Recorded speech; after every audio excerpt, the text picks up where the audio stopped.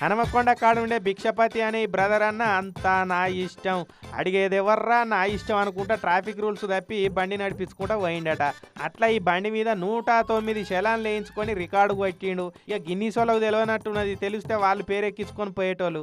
అసలే పోలీస్ డిపార్ట్మెంట్కు ఆమ్దాని రాక క్లిష్ట పరిస్థితులలో ఉన్నట్టున్నారు. మనం రూల్స్ తప్పి 4 చలాన్లు వేయించుకొని పోలీసు వాళ్ళను ఆదుకోవాలన్న పెద్ద మనసుతోటి ఇక ఆలోచన చేసి రోడ్ల మీద రూల్స్ తప్పి డ్రైవింగ్ చేసినట్టున్నాడు.